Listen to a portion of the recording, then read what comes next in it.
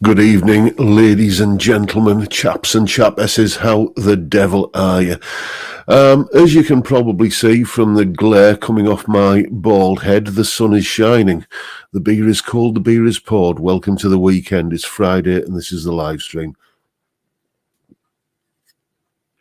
Cheers. Speaking of the glare on my bald head, let's see if I can kind of minimise that a little bit. Is that any better? I don't know. Anyway, we'll manage. That'll do.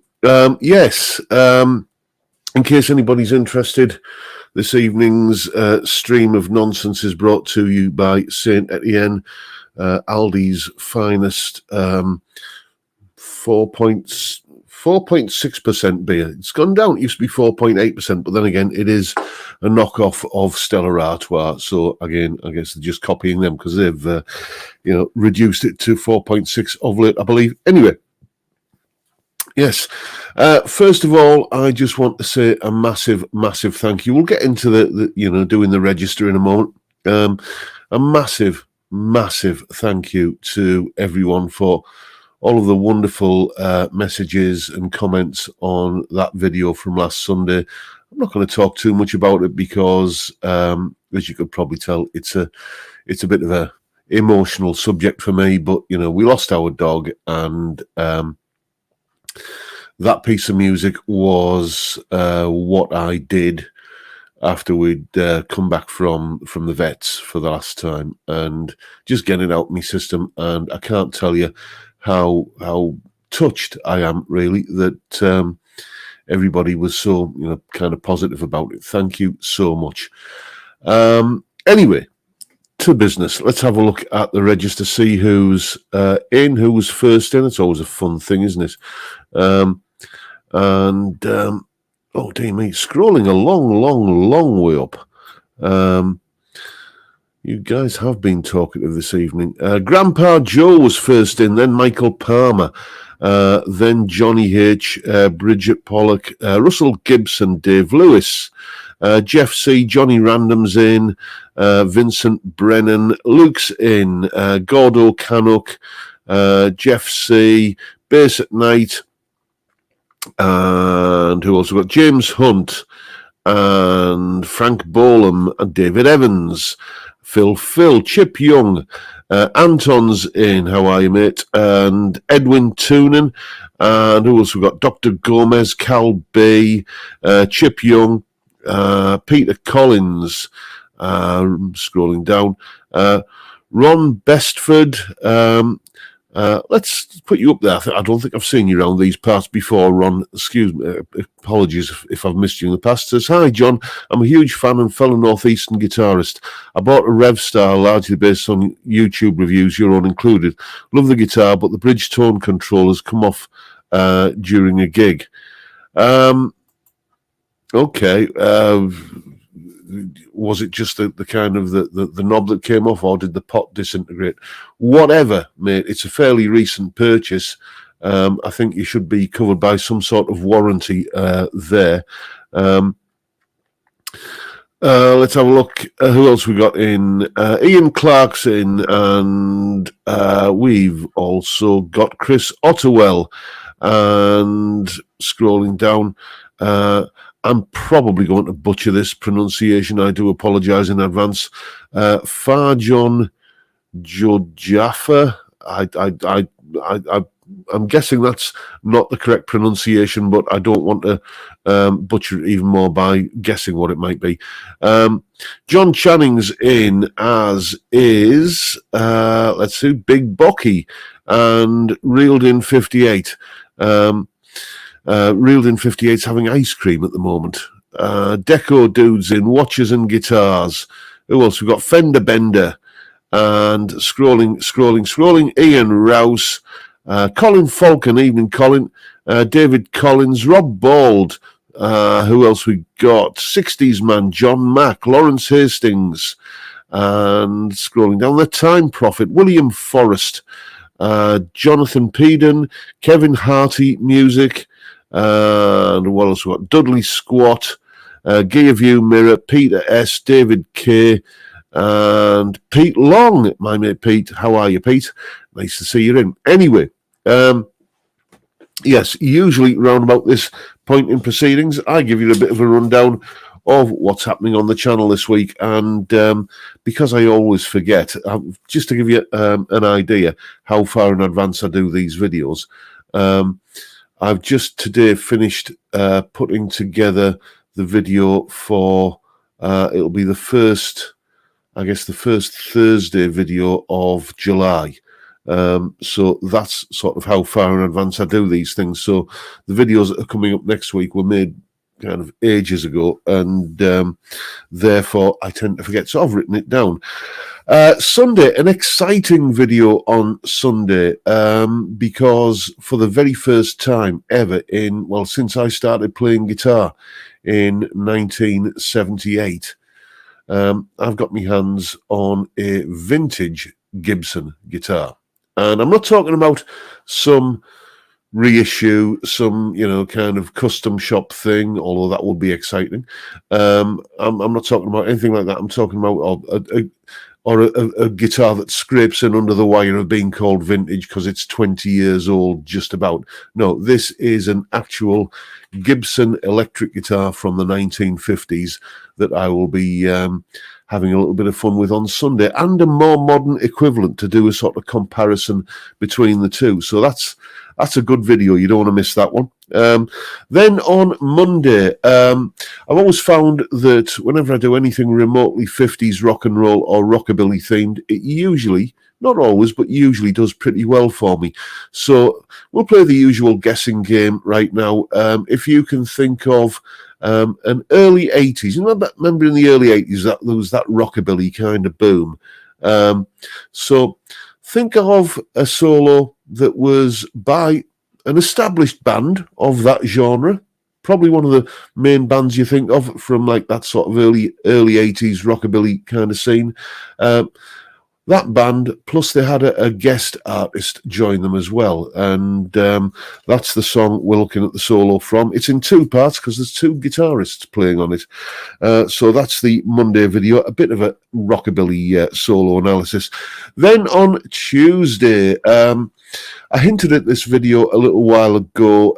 It's the top 5 list, and it's been something that I've been noticing about me as a guitar player, and I just thought I'd get it out there and get it off my chest because I was interested to see if this is happening to anybody else. 5 ways I'm changing as a guitar player as I get older. Things, how my preferences are changing, and so on and so forth. So that's Tuesday's video. Then on Wednesday, we're doing another kind of weekly learn my licks kind of thing. And this week, it's a bit of blues. A little bit of blues. It's a particular blues lick that I tend to use, probably overuse a lot in a lot of blues solos that I post.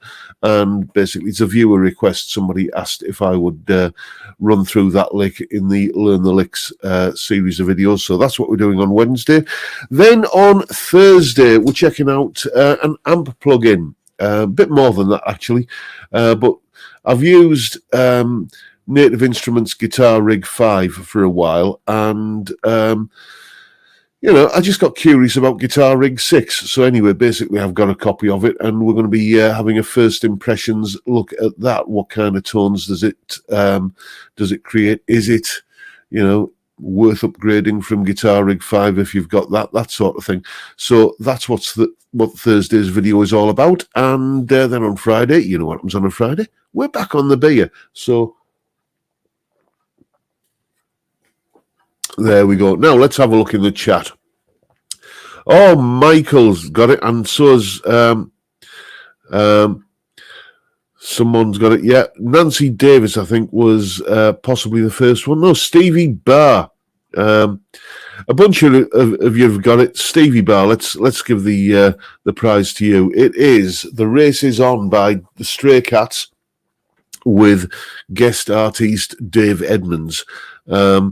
It's I don't know what made me think about doing that. I think I just kind of heard it, just going through my musical pedigree and backlog and heritage and what have you, kind of discovering stuff on Spotify. And I thought, yeah, that's a cool song. Well, I'll do that solo at some point. So yes, let's have a look.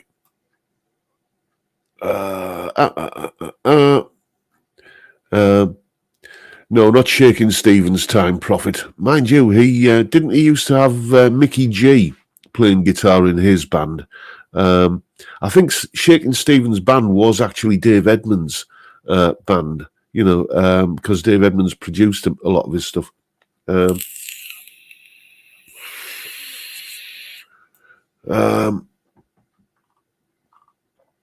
So let's see what else we've been talking about. Oh, yeah, I see. David Evans is saying music is always the best way to get things off your chest and writing inspiration, I find. Yeah, bless you. Well, thank you, mate. Yes. Let's see what else we've been talking about. A lot of comments here about the Sunday video. So once again, thank you all for that.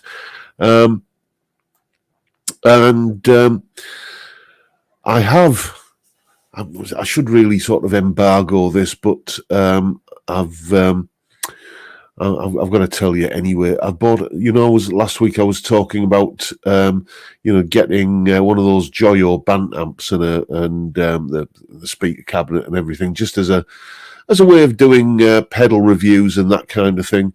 Well, an amplifier has been purchased, and it does have valves in it. Which is one of the things I was going to talk about, actually, because there is, I'm sure you've all seen the videos about, certain world events creating a shortage of valves.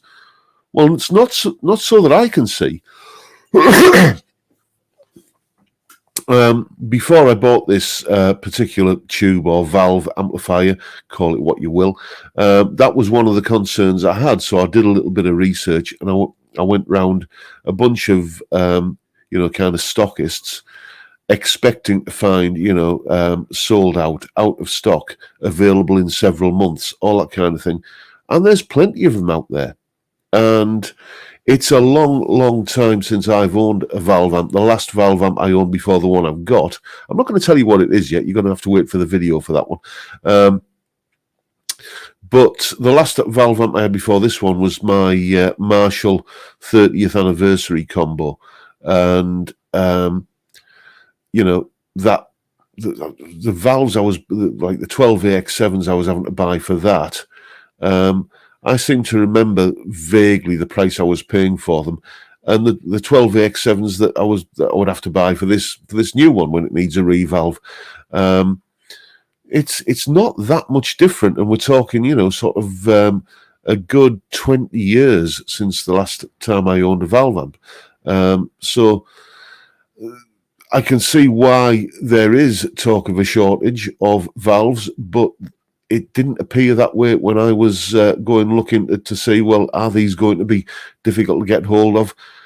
Certainly not from what I could see. Anyway, so there you go.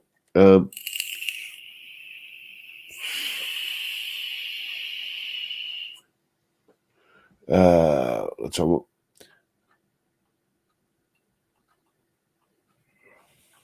What we've been talking. Oh, we've got Johnny in Budget Guitar Show. How are you, mate? John, you're a ringer for Mickey G. Yes, he had the same barber as me. I see reeled in. We're talking about the first electric guitar I got. It was a Zenta single pickup job. Quite a dreadful thing, but I loved it at the time. It was 14, and now they're fetching. It was £14. Now they're fetching serious money on eBay.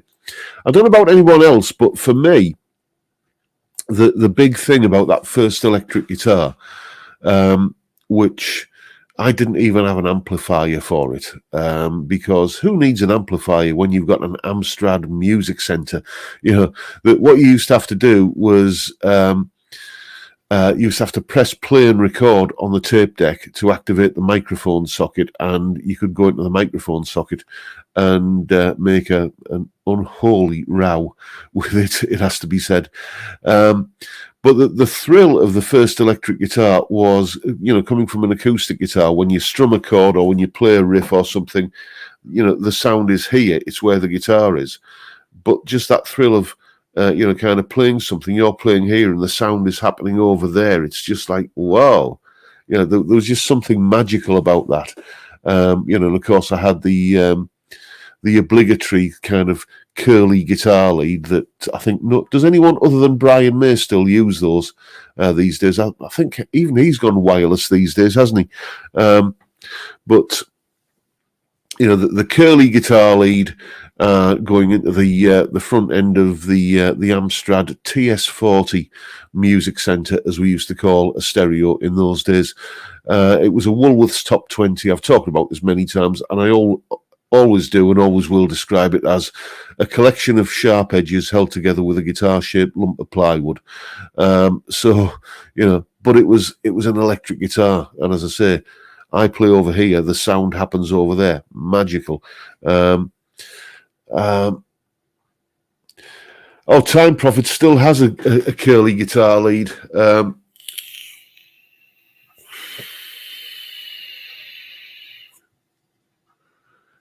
Oh, dear me, Wacko 60. I'm going to put that up on screen. I shouldn't, but it's so bad, it's good. At the height of his popularity in the 80s, 70% of women in Wales liked shaking Stevens. The other 30% wished he'd shake his own. Yes, but-a-dumsh. There we go. I mean, you're all weak. Let's see what else we've got going on. Phil, what are you saying there, mate? I used to play through a reel-to-reel tape machine. I still use bits of it as preamps. Fair enough, mate. Well, if that works for you, was it Richie Blackmore who used to use a reel-to-reel tape recorder as a sort of tape echo kind of thing, which I always thought was, you know, it was Richie Blackmore, yeah.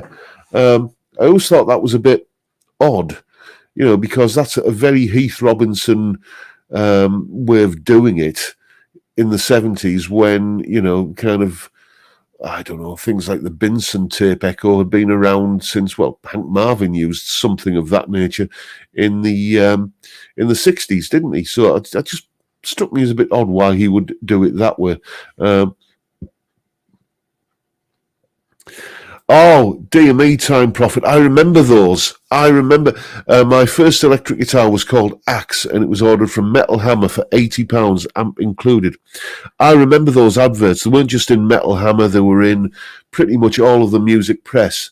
And, you know, it was probably, if yours was like any of the ones that I remember seeing advertised this will be in the sort of mid-80s, it was some kind of crackle finish thing, like you know, like a really kind of typical 80s paint job on it. You know, kind of HSS with, it might even have had a KKT locking tremolo, hideous things, and the little kind of practice amp about the size of a shoebox. I remember those package deals. They were always being advertised in Making Music and various other music publications. The memories it brings back. Edwin Toonan saying, I do like the Bajera V22 or V55 tube amps. They are affordable. Yeah, I mean, my first real knowledge of the Bajera stuff was just at a local gig round here somewhere. There was a guitar player in a band. They were a kind of a blues rock band doing, you know, blues rock sort of stuff, classic rock, you know, bit of Stevie Ray Vaughan, bit of Lynyrd Skynyrd, bit of Bad Company, AC/DC, and, you know, kind of getting a little bit more modern with some Kings of Leon and stuff like that. And, yeah, the guitarist was playing through this Bajera amp. I'd never heard of that brand before, and you know, it's one of those names, isn't it, that you're not sure how to pronounce it until you've heard somebody else say it. So is it called a buggerer? Is it called a boogra? Or, you know, because I didn't know, but obviously Bajera. Yeah, what a fantastic tone he was getting. And he was doing it the old school way as well. I think he might have had like a tube screamer or something like that, but for the most part, it was just a little finger on the guitar's volume control. So let's see what else we've got in the chat. Great question, Timbo. Let's put that up. Do you have a favourite key to play in and a favourite chord progression? I suppose I do. I do like. I'm going to quote Nigel Tufnell here. D minor. It's the saddest of all keys. We all know. Yeah, that one. But I do like playing in D minor for some reason. I just find it's just a nice key to be expressive in. Favorite chord progression. I mean, well, you know me. I'm a 12 bar. I'm a blues fanatic, really speaking. So I would have to say the 12 bar blues. I do like playing over a minor blues. You know, I've got one of my favourite jam tracks that I use for sort of limbering up, because what I do on a morning, I'm up at stupid o'clock, 5:30 every morning, and then I kind of coffee, read the paper, whatever. Then I come in here to do do a bit of limbering up and warming up before the day's tuition and video making and stuff. And the jam track I always seem to end up playing over it's a minor blues in D minor, funnily enough, and it's essentially the same chord sequence as Thrill Is Gone, which isn't in D minor, but this jam track is a version of that chord sequence in D minor. It's one I downloaded ages ago, and it's about 15 minutes long, so I just tend to put it on and kind of noodle around on that, and just get the fingers warmed up, and kind of have some fun before work. Yes, budget guitar show. I like playing in Yale, but Latch is good too. Ba-da-dumsh. Thank you very much. Right. Oh, John Mack saying it's difficult to get hold of Budgera amps now. And what's that, Rob? You're saying there. Interesting take. The better I become at playing guitar, the more the magic dies when I listen to solos that I once thought amazing. I see what you mean. I tend to think of that as a little bit of a filter, because there are plenty of what I thought of as amazing guitar solos that sounded really technical and kind of twiddly widdly.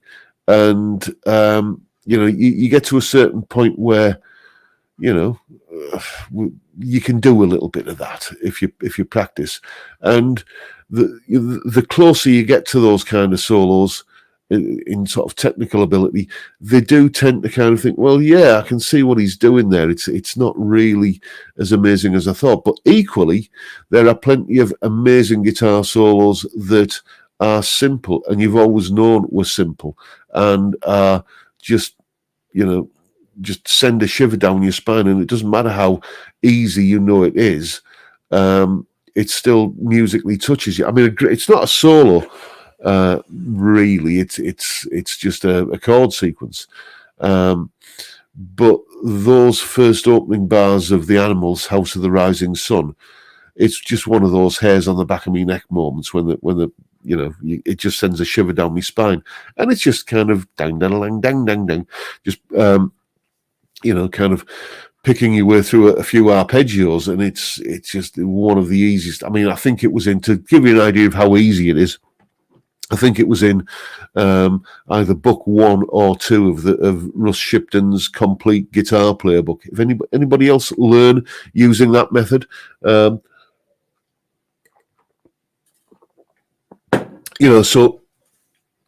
if the music is magical, it's magical because it's magical. If a piece of music or a piece of guitar playing, kind of really floats your boat because of some technical prowess involved, then I do find that the closer you get to attaining that, then it does sort of lose its shine a little bit. Evening, Mike. I see Mike's in CGS. Yeah, Baby Please Don't Go. Classic example of a really easy guitar lick, but it's just magical to listen to. Evening, Mike. Nice to see you in. Where are we? What else have I been missing while I've been? again, the jokes are all coming out tonight. Difference between a jazz guitarist and a rock guitarist. One plays 3 chords in front of thousands. One plays thousands of chords in front of 3. Never has a true word been said in jest. Talking about jazz guitar, which oh, I was expecting the viewing figures to plummet then. I mentioned jazz. Anytime I put a video up that has the word jazz in the title, you know, it's okay, well, that video's not going to get any views. But yeah, an album that, one of those albums that, again, I've talked about this many times, albums that slip through the cracks. You know, you migrate from one format to another and you don't quite keep all of your collection intact. Vinyl to CD, CD to MP3, MP3 to streaming. I discovered an album the other day that I absolutely used to love. It was the first album via Spotify. It was the first album that I ever bought as a new album on CD. When it went back in about 1989, when I got a CD player, you know, the first thing you do is you start replacing all of your vinyl on CD. That's what we used to do. You know, there's probably some people out there who never had that experience. They're too young. But yeah, replace all of your vinyl and cassettes on the CD format. But the first album I ever bought as a brand new album on CD was the Robert Cray Band, Don't Be Afraid of the Dark. And that popped up in my Spotify suggestions the other day. And I thought, oh, come along. Yes, indeed. Got to have a bit of that. And I can't have listened to that album for about 20 years, and it was just utterly fantastic. What did I start off about jazz guitar here? Yes, I did. Another one that was, because you wouldn't really call Robert Cray jazz, Spirit of Django, Martin Taylor. Again, another fantastic album. But yeah, that Robert Cray album, there may be a solo coming up on the channel from that album at some point. Yes, indeed, I have heard Gary Moore on the BBM with Jack Bruce and Ginger Baker. What a fantastic album that is. That's just one of those albums that you put it on and you by the time you've finished listening to it, you've just got a big daft grin on your face. You just know that the atmosphere in the studio, there was chemistry there. The way that Ginger and Gary are playing off each other as well, you know, kind of Gary's doing a guitar fill and Ginger kind of echoes it with a drum fill. Sadly, all three of them are gone now, aren't they? You know, that's just dawned on me there.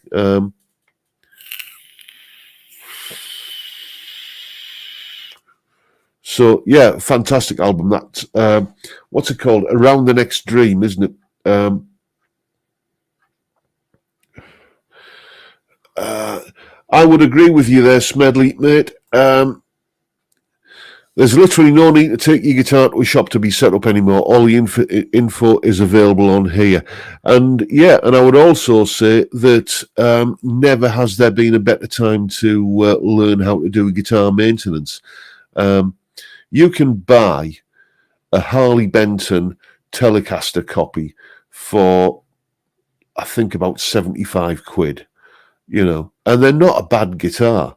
You know, so if you want to learn how, or a Glary or a Faisley or something like that, you know, there's going to be some more Faisley reviews coming up, by the way, in case anybody's interested.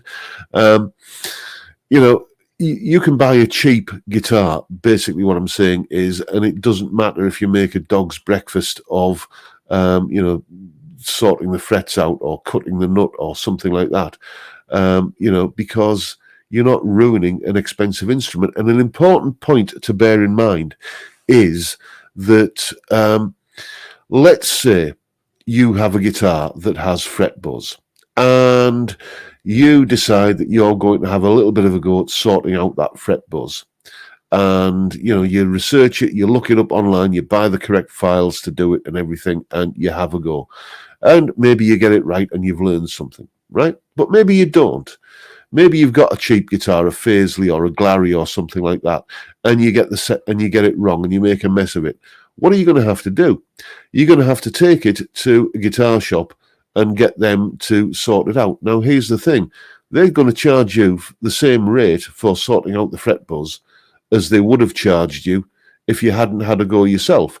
So you've got nothing to lose by having a go, is what I'm saying. Okay?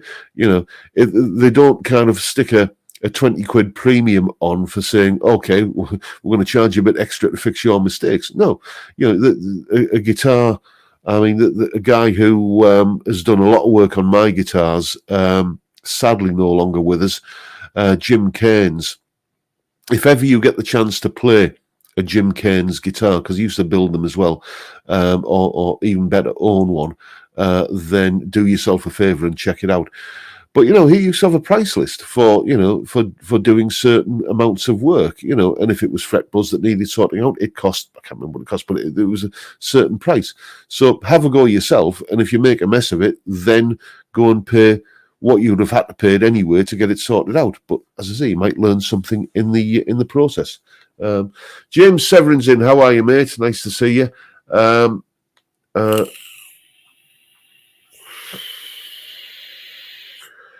Dave Lewis is saying, anyone seen the latest video about Kiss lip syncing at a live show again? Yeah, no, I haven't seen that video, but I know they are well known for it. And, you know, it's one of the reasons why I've never really, one of the many reasons why I've never really been into Kiss as a band, I've got to tell you.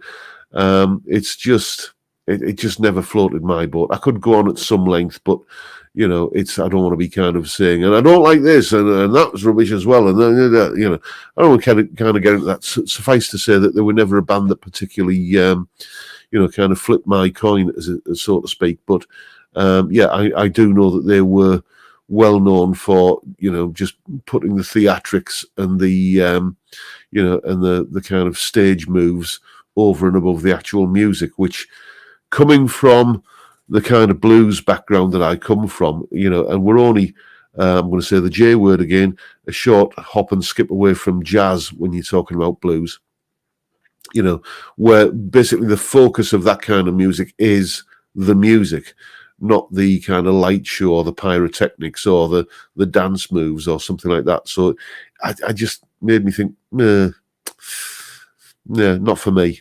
So there you go.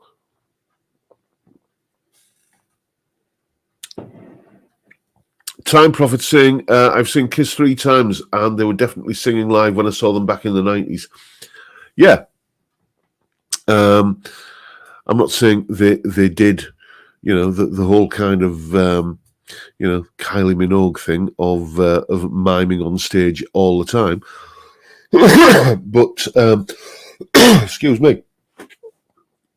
But they did, you know, openly, you know, kind of acknowledge that they were, you know, miming at some point. I think Queen got it right. I think Queen, you know, for that sort of operatic bit in Bohemian Rhapsody, where they would just kind of go off stage at that point and play the video, and then come back on for the, you know, you know what I mean by when I say the Wayne's World bit. Let's put that one up on the screen. Should I get a Fender Stratocaster Player Series or the Ventura? I'm having trouble deciding. Well, the Ventura is, frankly, that is that hurts my eyes to look at it. I think it's probably one of the ugliest electric guitars ever created. It's up there with Moss Right. So the you know, Ventura, not for me. Player Series Stratocaster, do yourself a favour and check out a Sire Larry Carlton S7. They are cheaper than the Player Series Stratocasters, but they have pretty much the same spec as the Fender Player Plus Stratocasters, which are like, you know, kind of what, about 800 quid. And my Sire Larry Carlton S7, this was 430 quid. Roasted maple neck, and, you know, kind of beautiful rolled fretboard edges.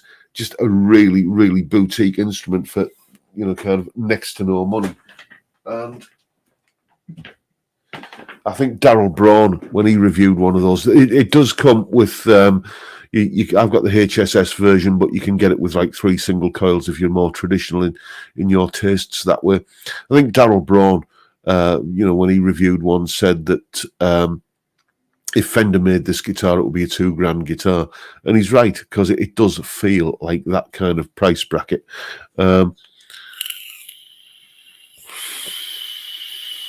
Sire are on offer on Anderton's at the moment for $399. Yeah, grab one. Yeah, Vincent Brennan saying Classic Rock Show did Bohemian Rhapsody better than Queen for me. Yeah, I mean, I still, back in February, I went to see the Classic Rock Show. The wife got us tickets for the gig for Christmas, and it was just a fantastic gig. And if you haven't checked out their stuff on YouTube, if you're thinking, who are the Classic Rock Show, who are they, go and check out YouTube. Just type in the Classic Rock Show. You'll see bajillions of their videos, and you know, they're just incredible. And they do a fantastic version of Bohemian Rhapsody, it has to be said. Let's have a look. What are you saying there, Edwin? Let's put that up on screen. Talking about guitar maintenance and building, I'm building a copy of Blondie. It might take me months, but I don't care. I'll make a decal John Robson tribute. Well, yours will have a decal on it. Mine doesn't. Time for the weekly gratuitous shot of Blondie. There we go. There she is. Yeah, mine. Oops, knock the microphone. That is just like a gold marker pen I did that with. The reason why it doesn't have a decal on the headstock is because Dan was having real problems sorting out headstock decals, and it was going to be, you know, the guitar had been delayed several times because he couldn't get the decals right. In the end, I just said, Dan, I don't care. I want the guitar. And there we have it. Yeah,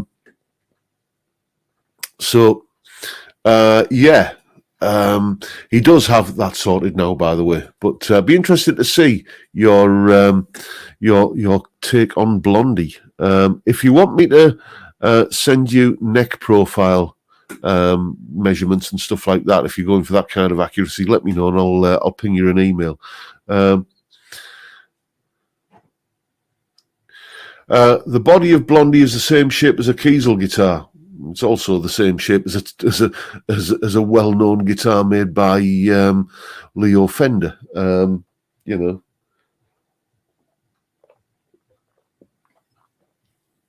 I have been thinking about like a backup for Blondie as well, because you know, well, why wouldn't I? And the Harley Benton Fusion tees have been kind of piquing my interest of late, as have the Sire Larry Carlton twin humbucker ones like that, and the Fender FMT, but that's got a set neck rather than the bolt on that I've got on my guitar there.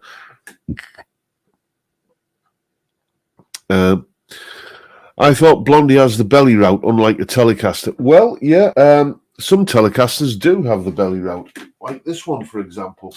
This is a guitar you're going to see on the channel at some point in the near future.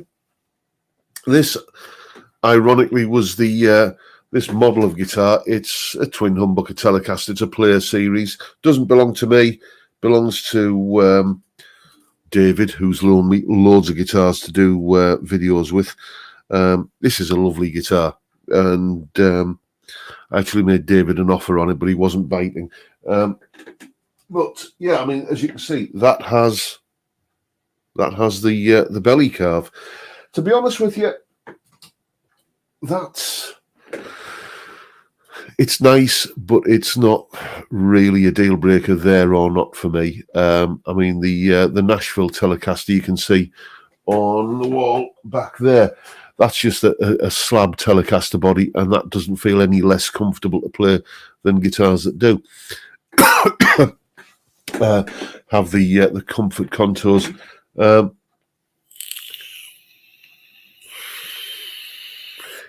the Michael Kelly guitars. I am again. There's a short list, and there's a few there. We shall see. Maybe I'll, if I put in a few more 70, 80 hour weeks, I might be able to afford another Blondie.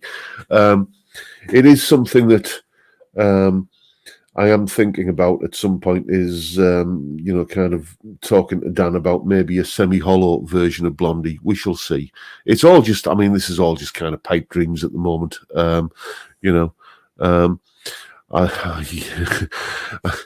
can't really, I might get into that sort of situation where I'm saying to the missus, "No, darling, we can't go on holiday this year because I've just bought a new guitar." So I've got to kind of spread out the purchases a little bit.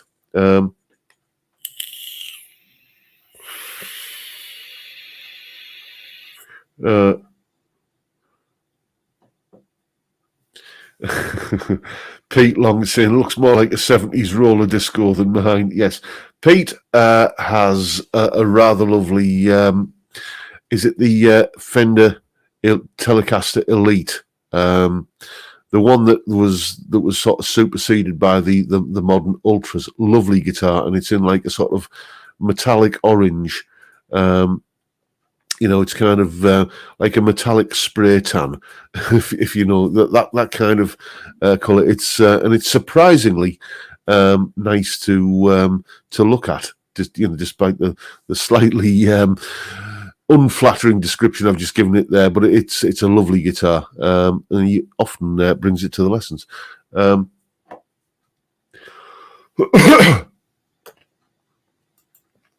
Danny Hancock is saying, let's put you up on screen, Danny. Watched an old video of yours from 2019 the other day. What happened to the banjo that was on the wall in that one? Yeah, the banjo, the story behind that was that I basically had a very, very generous student who said that, because I was doing the Guitars for Good Causes thing back then, I would buy a guitar, and basically I had a GoFundMe. People would contribute to that. I would buy guitars, do the reviews, earn money from the YouTube revenue, then sell the guitars and give the money to a local charity. And quite proud of the fact that I made quite a substantial profit over and above the money that went into the GoFundMe. I think it was about 2,000 quid came into the GoFundMe, and I raised from that about 3,000 for the charity, and earned some videos earned some revenue from the videos for myself as well. So everyone was a winner. But basically, I had this student who said, "Pick a guitar and I'll buy it for you, and I'll do the for the Guitars for Good Causes, and you can kind of auction it off."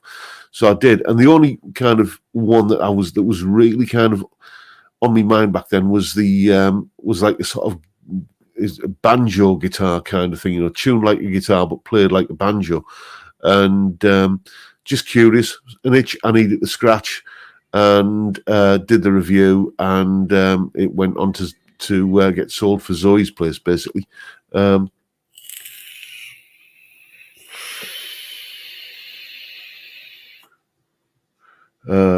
are we? Oh, someone's talking about Joe Moretti, who was the guitarist on Shaking All Over, says Michael Broadhead. And yes, it was Joe Moretti. Now, there's another solo that's coming up on the channel. That was that Shaking All Over solo. Hands up who thought that it was Mick Green who played that, because he was just known as the guitarist in Johnny Kidd and the Pirates. And that's who I almost accredited the solo to in the video. And I just thought I'll just check beforehand before I make the video, which will be going up a week on Monday, by the way. Excuse me, frog in my throat. Yeah, Joe Moretti, not a guitarist I'd ever heard of before. Let's see what else we've been talking about. Yeah. Rob Bald saying, nobody ever asks who's shagging the banjo player. Billy Connolly quote. Yeah, another one of his is lines you'll never hear. That's the banjo player's Porsche.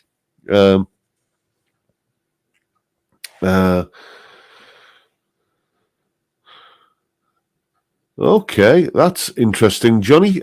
Just saw the Stones at Anfield last night, minus Charlie. Obviously, fantastic gig. The guitar amp sounds were about the best I've heard. Blasting them in a stadium obviously helps a bit. Yeah, I mean, I've never seen the Stones live, but I've seen footage of them live. I think probably the last one was when they did Glastonbury, and I remember thinking, just how good the guitars sounded on that. And I don't know if it's because they brought Mick Taylor out for a guest appearance, and he was playing a Les Paul and getting a great sound out of it. But Ronnie and Keith all night, they were playing kind of just guitars that even a guitar kind of anorak like me couldn't name. It was like, oh, that's an obscure looking thing. Oh, and so is that. And oh, what's that he's playing?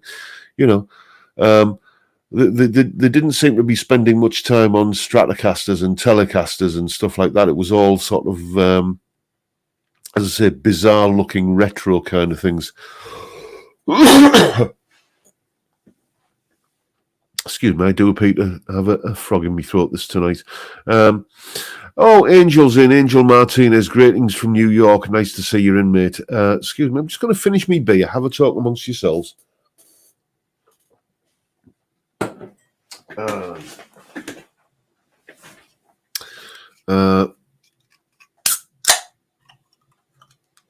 And I see we're talking about Ronnie Wood in the chat there. That's another solo that is lined up to come out on the channel at some point. Can anybody think of Ronnie Wood's probably most famous guitar solo? And I'll tell you the reason. I've been asked to do some more entry-level solos, so I thought this particular one would be, a good fit for that. It's an easy solo to play, but it goes back to, it's one of those things we were talking about earlier on, something that's just easy and simple to play, but still sounds great. And it doesn't matter that you know how it's played, and it doesn't matter that, you know exactly the techniques involved and everything. No, it's still a great solo. So there's one of those. Deco Dude's got it. It's the Maggie May solo. That's the one that's coming up. Yeah. Maggie May. And Smedley, I do agree with you, mate. Ronnie was better in the Faces, I think. The Faces song that everybody forgets, and it's my favourite one of theirs. Nobody ever seems to remember a song of theirs called Pool Hall Richard. Does anyone else remember that? For me, it was the best Faces song they ever did. It was never on an album. It was only ever a single, and it didn't chart particularly well as a single. It wasn't, kind of like Stay With Me or something like that. It wasn't a flop, but it wasn't like a big single. I think it might have been the last single or penultimate single that they ever released as a band. And I just think it's an absolute cracker.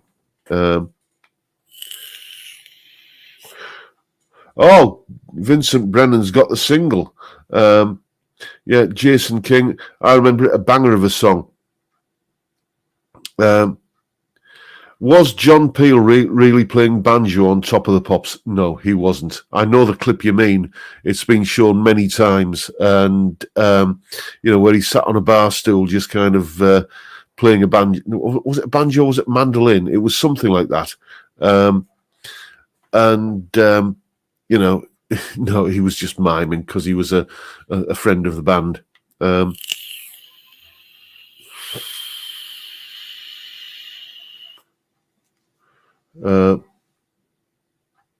Let's have a look, see what else we've been talking about. Pool Hall Richard was a question on Popmaster today. There's a man who listens to Ken Bruce. Talking about Ken Bruce, one of my favourite things that Ken Bruce ever came out with. Ken Bruce, if you don't know, is, for the international viewers, is a British radio DJ on the BBC. And, you know, he plays a fair mix of music, including sort of, top 40 stuff. And he came out with this one song. He said, Kylie Minogue there. Tits like coconuts. Sparrows love bacon rind. And it just that pause between, the first part of the sentence and the second part of the sentence was just enough to kind of make it, okay, I see where you're going with this now. What has he just said? Oh, okay, it's that. Kevin Harty, you're a better man than me, mate. I would never have known that. Pool Hall Richard got number 8, which wasn't bad. We've had to sell quite a few copies to get the top 10 in the early 70s.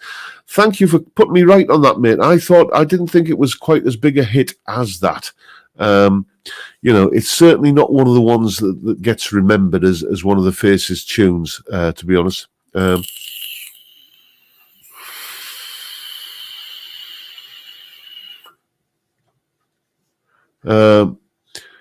Anyone remember Gary J. Lamin? Says Wilson Jones. Well, if anyone does, it wouldn't include me, mate. That's not a name that that springs to my memory, I'm afraid. Who was Gary? What's his name? Gary J. Lamin. I don't know.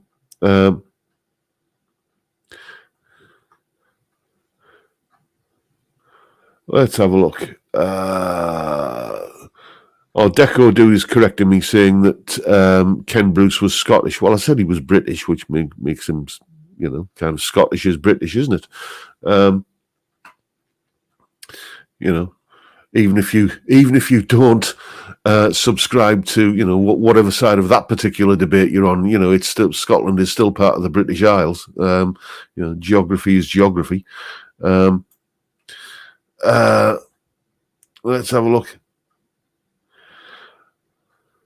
Mike's saying, so glad I found your channel. Well, thank you very much, mate. It's my little effort here. It's I think I'm about 24,700 subscribers at the moment. When I get to 30,000, I'm going to do something to kind of mark that occasion in some way or other. There may be some kind of giveaway going on.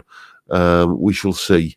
But I'm putting on about between 300 and 400 subscribers a month at the moment when I look at my stats. So it might be a little while yet before we get to 30,000. I'm resigned to the fact that I'm never going to, even though I share the same barber as Phil McKnight, I'm never going to have his kind of profile. But, this is, I enjoy what I do, and I enjoy the way the channel is, is kind of pootling along. And you know what?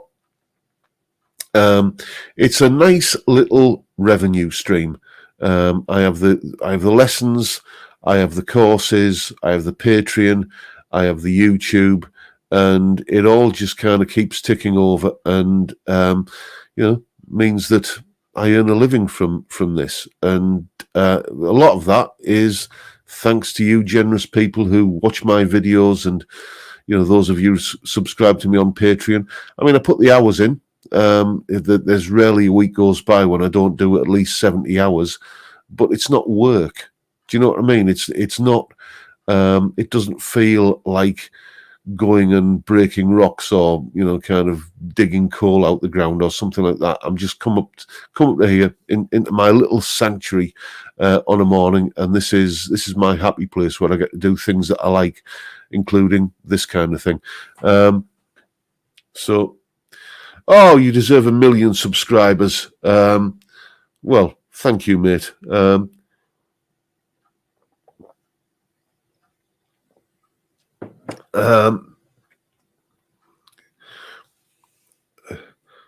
Oh, sorry, John. His band was the Little Roosters. Is that Gary J. Lamin guy? I shall let me write that name down because I've probably missed all of the information in the chat while I've been blethering away. I do apologise. I know I kind of miss a lot of the stuff that goes on in the chat because I'm sat here talking, but it will be a pretty,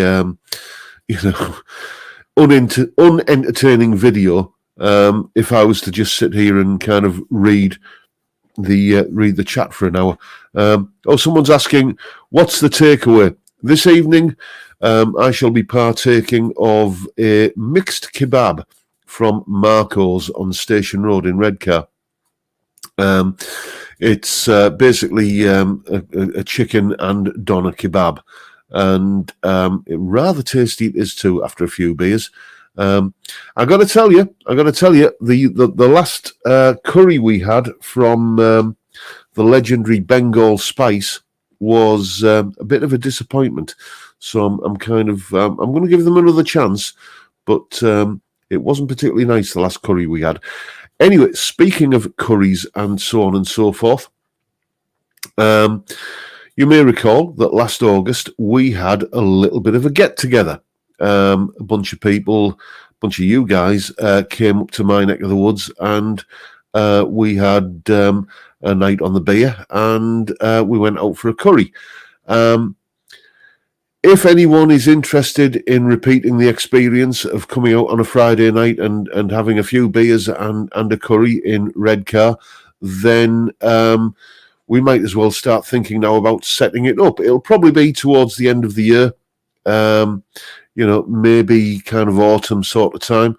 But if you're interested, then, I'm up for it if anyone else is. I don't want to kind of make a big announcement like we're having this kind of big party and you've all got to kind of come from the four corners of the world, up to my neck of the woods. But if you're up for it, then we can put it together, is all I'm saying.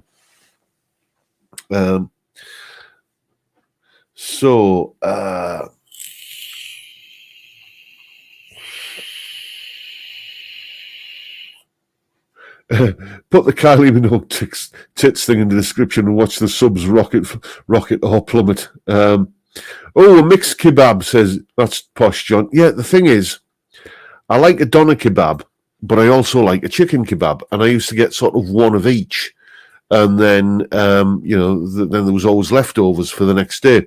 But now they've started doing a mixed kebab, which is right up my street. Craig saying, I'm up for it again. That was great fun last time. Right. Well, Time Prophet saying that he get a nosebleed if you go further north than Manchester.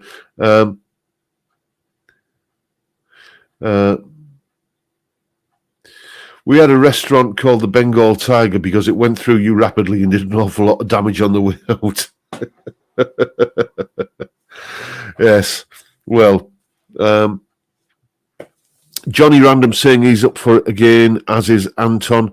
I'll tell you what, chaps. Let me put this in the chat.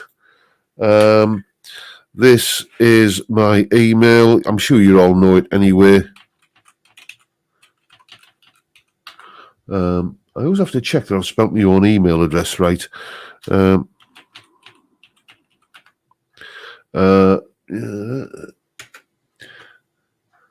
So there's my email. It's in the chat.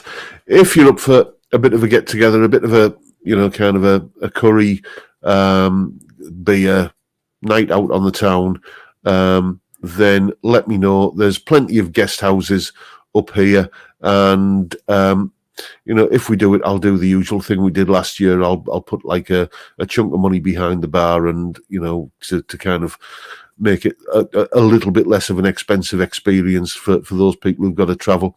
And let's go for it. So anyway, chaps, It's 59 minutes and 30 seconds in, and as I say, there's a kebab turning up just shortly after 6. So I'm going to love you and leave you and say thank you once again for sitting and listening to a fat bald lad talk nonsense for an hour whilst drinking beer. It's been a blast. I enjoy it, as I hope you do every week, and I'll keep on doing it till you're sick of me. But for now, time, gentlemen, please.